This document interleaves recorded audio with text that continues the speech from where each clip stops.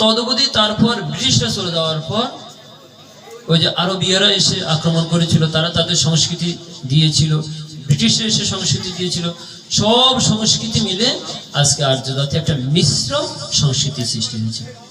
এখন দীর্ঘদিন যাওয়ার ফলে আমরা হিন্দুরাই বুঝি না আমাদের পোশাক কি ধুতি না লুঙ্গি। আমাদের পোশাকটা কি আমরা ভুলে গেছি। দীর্ঘদিনের অনভ্যাসের কারণে অভ্যাস হারিয়ে গেছে আমাদের। এখন কি তিলক আমাদের পোশাক নাকি পোশাক নয়? এই যে আমরা দাড়ি রাখি, আমাদের হিন্দু ছেলেরা এখন দেখবেন অনেকেই দাড়ি রাখা শুরু করে দিয়েছে, এটা ফ্যাশন। তারা জানে না এই দাড়ি রাখাটা এটা কি এই আমাদের আর্য জাতির নাকি অনার্য জাতির, বুঝি না।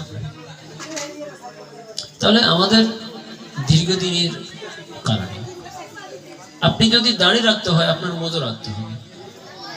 দেখবেন বাবা লোকরা দাড়ি মোজ কিছু বলা নেই, আপনি শুধু দাড়ি রাখবেন মোজ রাখবেন না, এরকম সিস্টেম কিন্তু নেই। আপনি যদি রাখতে হয় সব রাখতে হবে। আপনি দাড়ি রাখবেন কেন?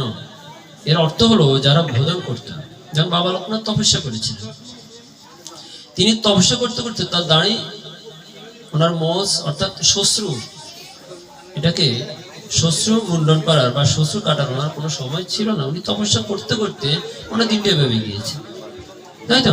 তো এখন মনে করুন আমরা যেভাবে দাঁড়িয়ে রাখছি ফ্যাশন করে, না, এটা কিন্তু আমাদের সনাতনী সংস্কৃতি নয়। আবার অনেকে কি করে একেবারে মস্তক মুন্ডন করে ফেলে। মস্তক মুন্ডনেরও কিন্তু নিয়ম আছে। কোন কোন সময় আপনি মস্তক মুন্ডন করতে পারবেন, কোন কোন সময় পারবেন না, এই বিষয়গুলো জানতে হবে। যদি কারো মহাগুরু নিপাত হয়, মহাগুরুকে পিতা এবং মাতা, যদি মহাগুরু নিপাত হয় তাহলে তিনি মস্তক মুন্ডন করবেন অশ্বচান্তের দিন।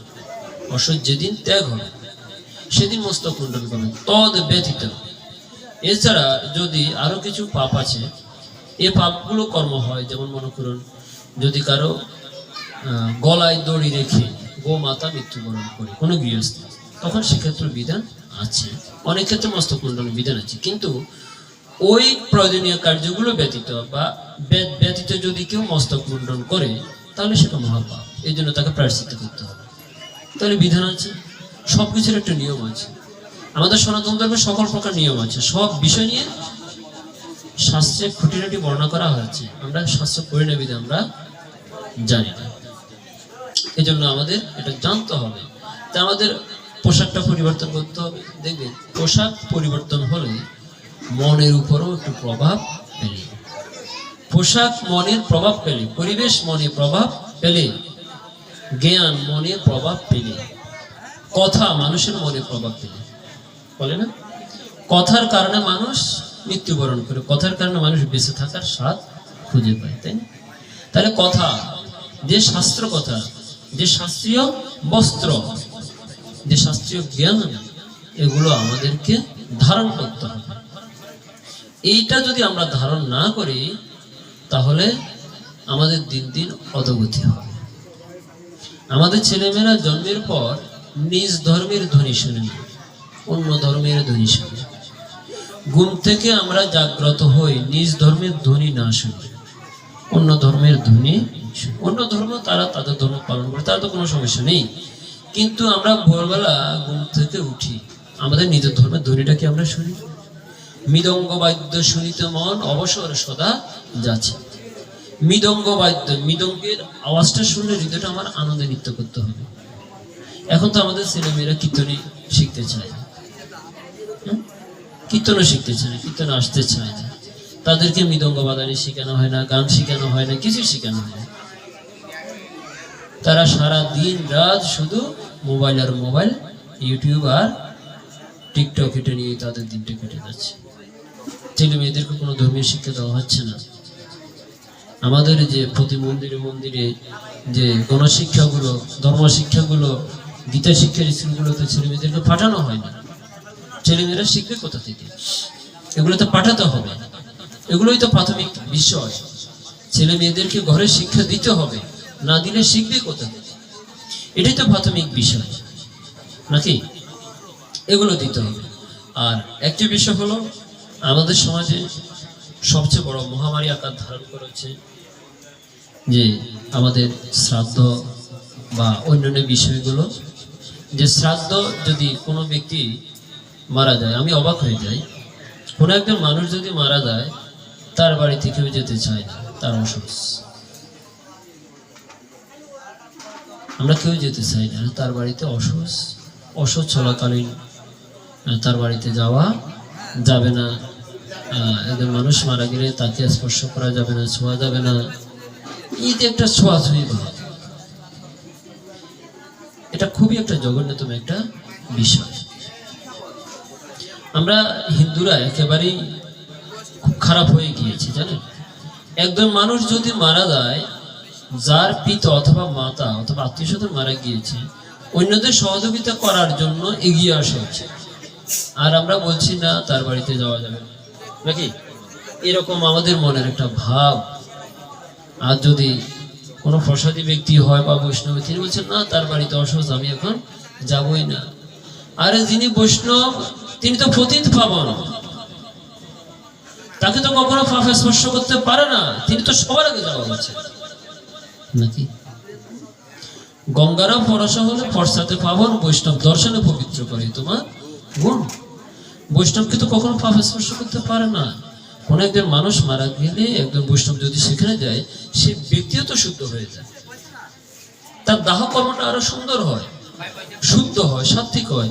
কেননা একজন বৈষ্ণব যদি সেখানে যায়, তিনি কৃষ্ণ নাম করবেন, হরির নাম করবেন, তিনি সবকিছুকে পবিত্র করে দিবেন। কিন্তু আমাদের বৈষ্ণবরা সেখানে যেতে চায় না। ওনারা পাপের ভয়ে, নিজের পাপের ভয়ে, আমার পাপ হবে, আমার সকল পুণ্য।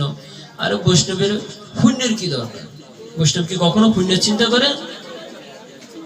বৈষ্ণব তো কখনো নিজের সুখে চিন্তা করে না, বৈষ্ণব অন্যের সুখে চিন্তা করে। সাধুর ঐশ্বর্য শুধু পরহিত তরে। সাধুর ঐশ্বর্য কার জন্য? পরহিতের তরে। আরে একটি গাছ বৃক্ষ কবু নাহি খায় নিজ নিজ ফল। তোর কি কখনো নিজের ফল খায়? গাভী কখনো নিজ দুগ্ধ পান করে? করে না।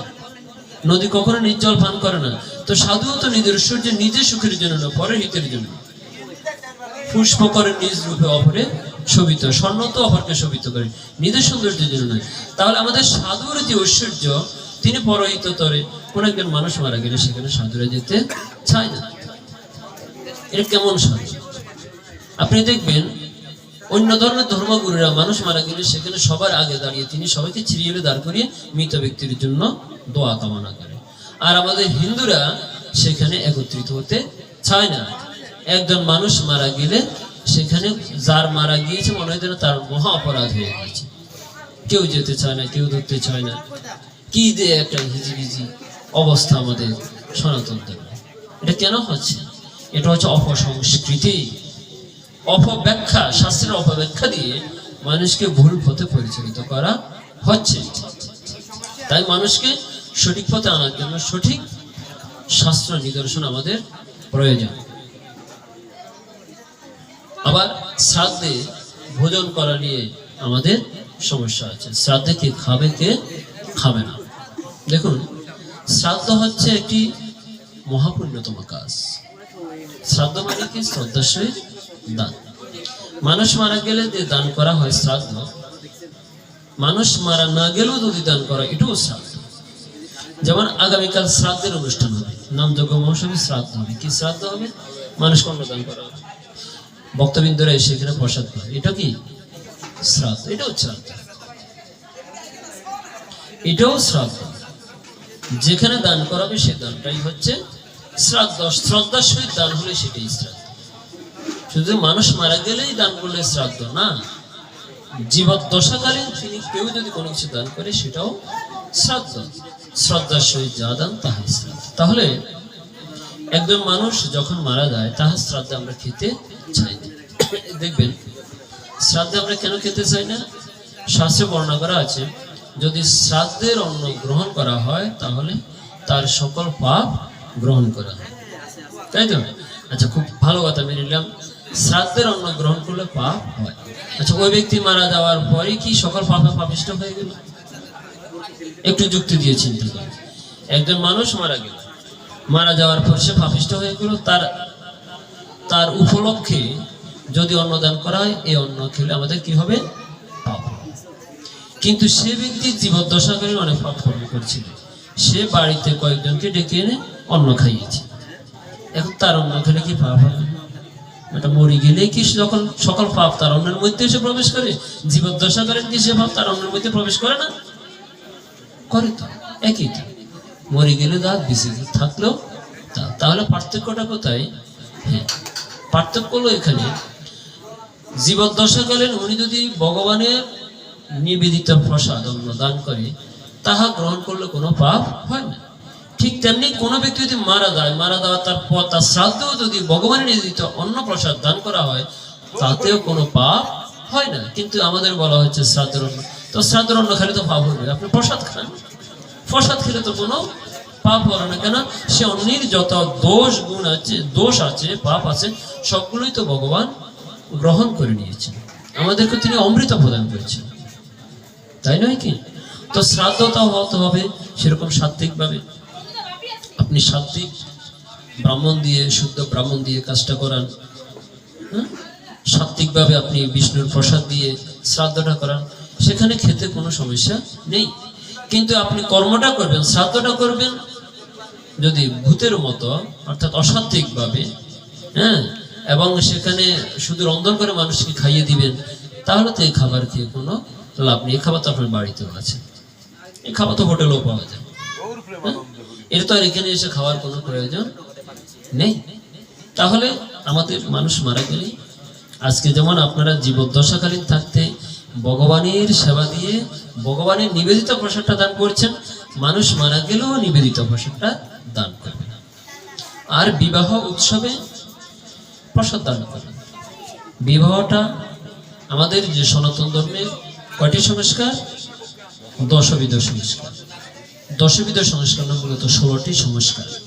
তার মধ্যে প্রধান সংস্কার হলো 10টি। তার মধ্যে সর্বশ্রেষ্ঠ সংস্কার হলো বিবাহ সংস্কার। এখন সর্বশ্রেষ্ঠ যে সংস্কার, সেই সংস্কারটাই আমাদের গলদ হয়ে গিয়েছে, নষ্ট হয়ে গিয়েছে। অর্থাৎ যেখান থেকে আমাদের পরবর্তী প্রজন্ম আসবে, সেই প্রজন্মটা নষ্ট হয়ে গিয়েছে। সেখানে প্রাণী হত্যা করে অনুষ্ঠানটা করা হচ্ছে। আমাদের প্রজন্মের মধ্যে আমরা গলদ করে দিয়েছি, গলদ করে দিয়েছি, সব শেষ করে দিয়েছি। এই জন্য আমাদেরকে কি করতে হবে? বিবাহ সংস্কারটাতে একটু পরিবর্তন করতে হবে।